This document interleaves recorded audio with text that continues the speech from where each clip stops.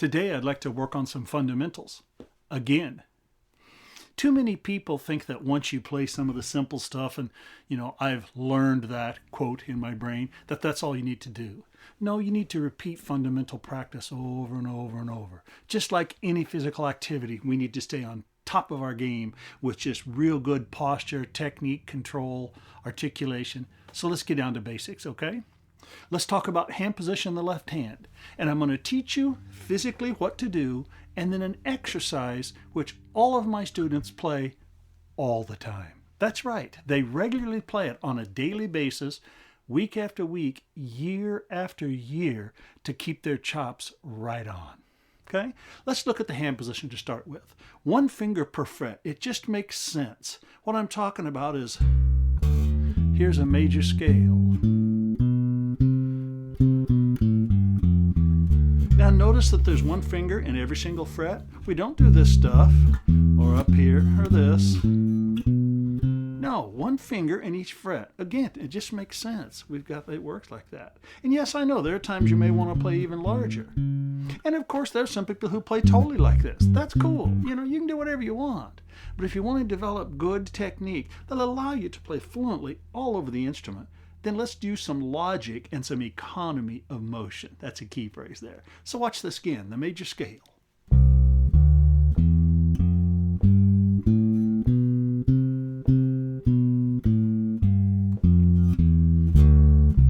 Notice I've got my hands spread out, even when I'm not playing them. See, I'm not doing this. No, I'm going to play that note here in a minute, so I keep it there. And when I play this note, I don't do this. No, I'm going to play that right after. So let's just keep this in the position. Put your your thumb roughly behind your second finger, so it looks like this. And as you move around the bass, you keep that posture. Look at this space right in here. Can you see that? I'm not grabbing the bass like this. I'm creating some space in there. I'm simply putting my thumb behind the second finger, and that gives me some space in there. So watch again, major scale.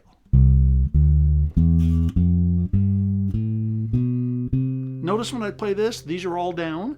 When I play this, these are down. Don't be doing this kind of stuff. No, not at all. One more time.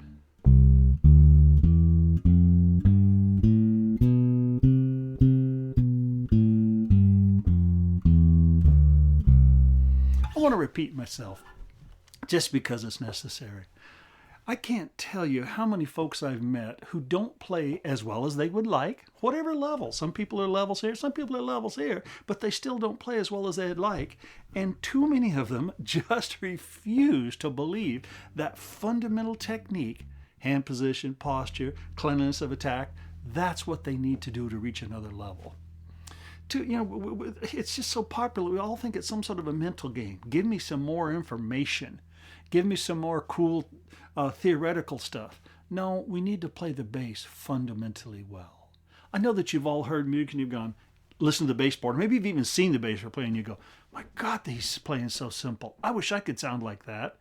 Well, playing simple, let me say, how can I say it? One does not have to play simple to sound good, but often you'll see things that look simple and you'll go, maybe that's why they sound good. Sometimes yes, but simple's not what I'm getting at here. It's an economy of motion. It's a solidness that makes things sound good. So we want to start with some simple stuff, the major scale. If you don't know it, learn it. Watch it again. Finger 2, 4, 1, 2, 4, 1, 3, 4.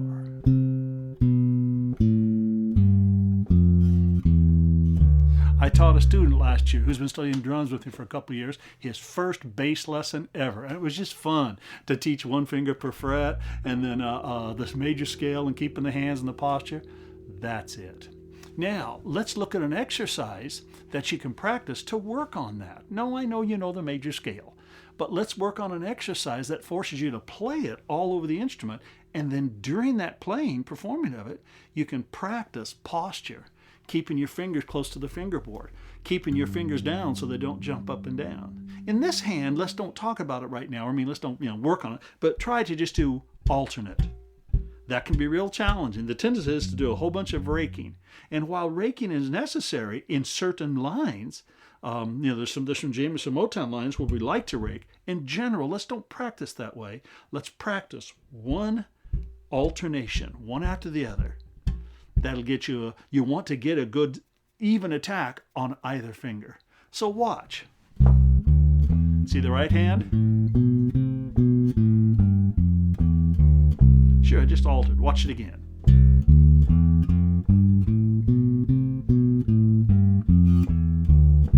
Cool. Now this exercise, we're going to use the cycle of force. And I've taught this before a couple of times, but it's worth teaching again because I teach it to every new student. And like I said, all my students, we play it for years. I don't want to talk about all of the reasons why we should do this. Too many people are into that. They're like, well, Jim, I need to understand everything. No, you don't. Just take it on faith that if you're not a good enough player as you want to be, do some of the things I'm telling you. As a matter of fact, I'll give you a challenge. You practice this exercise I'm showing you 1 hour a day. Oh, that's a big one for a lot of you. 1 hour a day for 30 days, and then you call me up and tell me that don't work, that it's not good. I dare you. Okay? Now, an hour a day is a challenge too, because this is a simple exercise. What's the hardest part? You get bored and you think, I can already do this. Well, as you're playing, constantly look for how can I make it cleaner, smoother, economy of motion. Cycle of force simply goes like this. Here's the root, and if we go 1, 2, 3, 4, well, there's a fourth. That's up a fourth, isn't it? If we take F and go F, G, A, B flat, there's a fourth. So we want to play our major scale on C, then we want to go up a fourth. But the rule here is we want to play every scale starting on the A string. So where's F? Ah, there. Now we want to go to B flat. We need to go up here because we can play the same fingering. Here we have open strings. And while there's nothing wrong with that, this exercise says one finger per fret, one finger per fret, no open strings, and start every scale on the A string. So watch, I'll do it in those first three. Key of C. Key of F. B flat. What's the next one? You see, I don't know. Well, look. 1, 2, 3, 4. Ah, so find that note on your E string, on your A string. Sorry, I was thinking of some stuff. Up a fourth.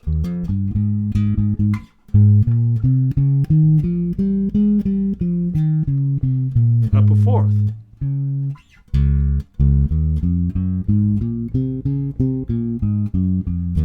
Fourth. Up a fourth. You say, where is it? It's that note. Or up a fourth. Going to the key of E. Up a fourth.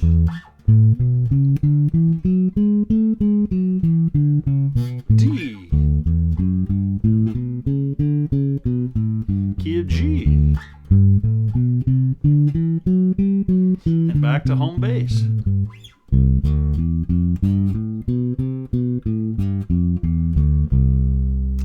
I can't tell you the importance of what this will do for your playing if you'll practice this over and over and over. Now you need to play it with the play along. And I'm going to play it here at the play along, and of course I'll make that play along available to you too. I do hundreds and hundreds of play alongs. Some of them, make your own. Some of them you have to purchase online, but I'll just make a link to this one so you can use it. That's called the cycle of force. And then we do it with minor scale and the dominant scale. But don't get ahead of yourself. You do it with the major scale, just the major scale, an hour a day with the play along, not by yourself, with the play along for 30 days, and I guarantee you're going to be excited about it. I guarantee it. I know, guys say, Jim, I can already do that. Well, show it to me. But more than that, well, that's fine if you can already do it. You can already eat, can't you? Did you eat once today? So you're never going to eat again, right? No, we do it on a regular basis to replenish our body. You know, you go to the health club and go to a little bit of exercise to get in shape. What, you only go once? No, you go over and over and over and over and over and over. You say, well, I'm just going to go to the health club until I get in shape and then stop. Guess what? You'll fall out of shape. The point being is, if we're going to play this instrument, we want to have command of it, smooth, fluently, know what we're doing. Besides, this cycle of force will teach you a bunch of other stuff that you'll learn and use, but you'll only know it after you've done it. Did you know that's the hardest thing about education? We don't know what we don't know until after we learn it. So you need to have a little bit of faith here. I make a lot of these videos, teach a lot of stuff, and many people send me little compliments, make little posts on the web, and they say, Jim, that was incredible. I love it. What a valuable, great thing. And I always say, thank you, glad you like it. What I really want to say is, great, how many hours did you spend working on it last week or yesterday? Because none of this does any good. I mean, I guess it's entertainment. Ha ha, funny me. But the truth is, if you'll physically do these things over and over and over and over, that's how you become a better player. No pain, no gain. Simple as that. We have a disease or an epidemic that's been going around for a number of years now, and that's called a lack of practice, physical repetition. Maybe I should define that. What is good practice? What is practice? It's the physical repetition of a predetermined idea. And here we're talking about technique. This is not something you learn and you stop. This is something you start doing and you get better and better, and then you keep doing it to maintain good posture and good technique. Now, I do know there's guys who don't have good posture and some of them play great music. That's probably not you, or you wouldn't be watching this. It sure was never me. I was not talented enough to just do stuff. I have some students, I know some guys who can. But tell me what you're going to hurt by simply feeding that creativity or with some discipline, some good old mechanical, physical technique. And you know what? It's not popular today. I know. I spent many, many years down the street at one of the biggest music schools in the world, and nobody is excited about technique anymore. Everybody's just going create, emote, do your own thing. Well, all the great players I watch have really good control of their instrument. So this is a fundamental. Let me play that now with a play-along tape. Actually, I think I'll do it slower once, and then I'll stop and do it with that play-along tape, and I'll make it faster. So here's a slow version.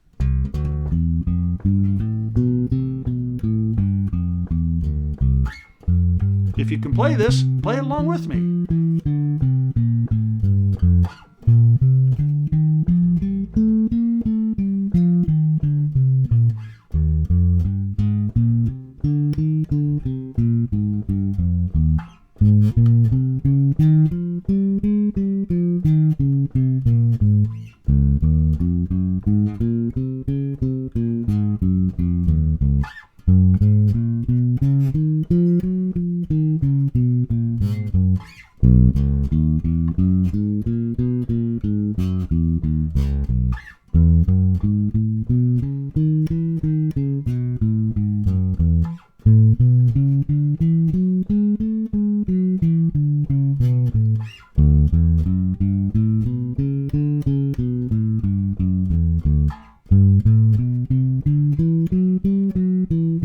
Back home.